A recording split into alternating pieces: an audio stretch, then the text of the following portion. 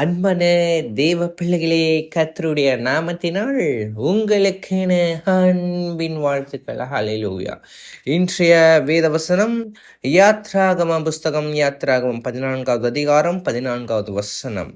கர்த்தர் உங்களுக்காக யுத்தம் பண்ணுவார், நீங்கள் சும்மா இருப்பீர்கள் என்றான். ஹல்லேலூயா. சும்மா இருங்க. உங்களுக்கு ஒரு பிரச்சனை வருதா, உங்களுக்கு பின்னாடி புறம் பேசுறாங்களா, அவங்க நினைச்சலாம் கவலைப்படாதீங்க. ஆண்டவர் ஒருவர் இருக்கிறார், அவரிடத்தில் விண்ணப்பம் செய்யுங்க, அவர் பார்த்துக் கொள்வார்.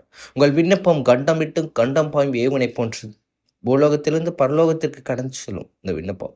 ஆண்டவர் கண்டிப்பா அந்த விண்ணப்பத்திற்கு செவிசாய்த்து உங்களுக்கு பதில் தர வல்லவராய் இருக்கிறார். ஆமீன். விசுவாசிங்க ஆண்டவரை.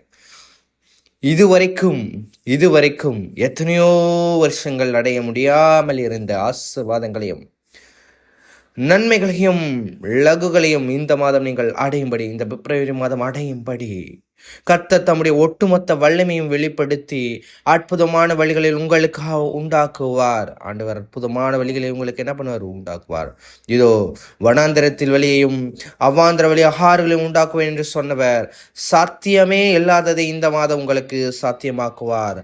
ஆகவே ஆபிரகாம் தனக்கு குழந்தை பிறக்கும் என்று நம்புவதற்கு ஏதுவா இல்லாதிருந்தும் அதை நம்பிக்கையோடு விசுவாசித்தான் என்று வேதத்தில் பார்க்கிறோம். இன்றைக்கு ஒருவேளை நீங்கள் ஏதோ ஒரு நன்மைக்காக நெடுநாளாய் காத்திருக்கலாம். சோர்ந்து போகாதிருங்கள் தேவ பிள்ளைகளே.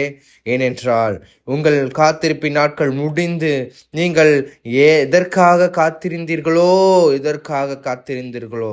அதை எல்லாம் இந்த மாதம் அடைவீர்கள். அது மட்டுமல்ல, இனி நீ தீங்கு காணாதிருப்பாய் என்று கர்த்தர் சொல்கிறார். ஆமேன். இயேசு கிறிஸ்துவின் இன்ப நாமத்தினாலே ஜெபிக்கிறோம் எங்கள் ஜீவனுள்ள நல்ல பிதாவே. God bless you.